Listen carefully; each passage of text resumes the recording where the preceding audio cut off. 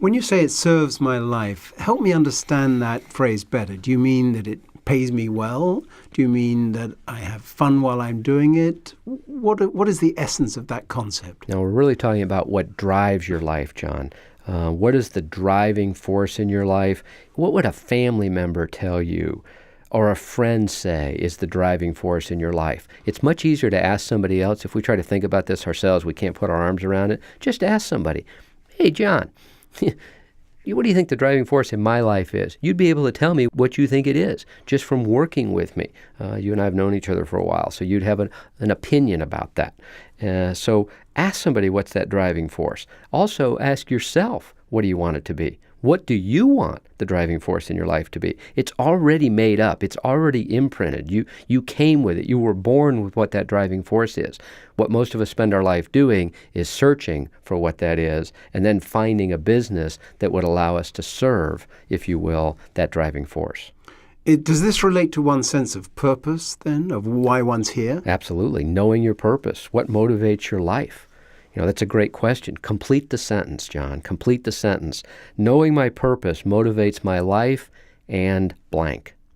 It's a great exercise. Knowing my purpose motivates my life and blank. And how would you answer that? It's a great exercise. So this really pushes us beyond the purpose of making money. It has to do with the question of what we want to contribute on the planet or what gives the deepest satisfaction. Would that be correct? It has nothing to do with making money. Correct. So if that was your answer, it's wrong. It has nothing to do with making money. Because if you don't get in touch with your purpose, it isn't going to happen anyway. Can you give me an example of someone you've coached or known or from yourself? Yeah, I think it's probably best to share my own than somebody's personally. Mine is to achieve my full potential, creatively impacting humanity, and making friends while influencing people. Now, that might not sound that incredible to somebody because it's mine. I own it. And it really only matters to me. But in fact, my company serves this purpose. This is who I am. This is my strength. This is what I do.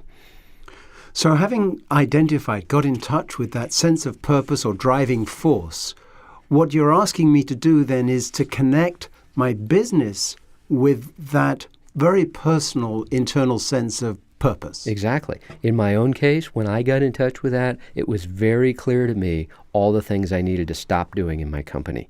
I was doing a bunch of things that didn't serve that purpose.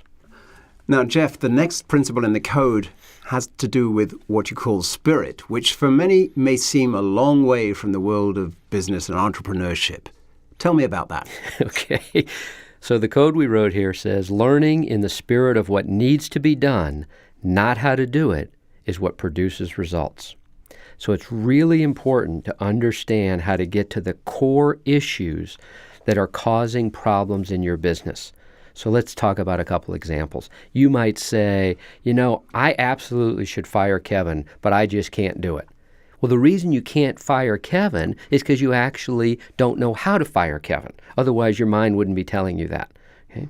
You also might be saying something like, the rain has cost us a fortune now, and our credit line is over $1 million. Well, the truth is, the rain isn't the reason your credit line's over $1 million. What's the real core issue? You might also say, I don't know how to properly hire new staff. Now there we've hit on it. I don't know how to properly hire new staff. The key is we put it into a systemic look, if you will. We looked at the solution, the core problem, okay, as a system. The other two things have to do with people. Okay? They have to do with people and the rain. You can't control the rain and you can't control people. Just try controlling people sometime. It doesn't work. But what we can control is how we would properly hire new staff, because we could create a system to do that. And that's critical to understand. This is the spirit, if you will, in which we do it.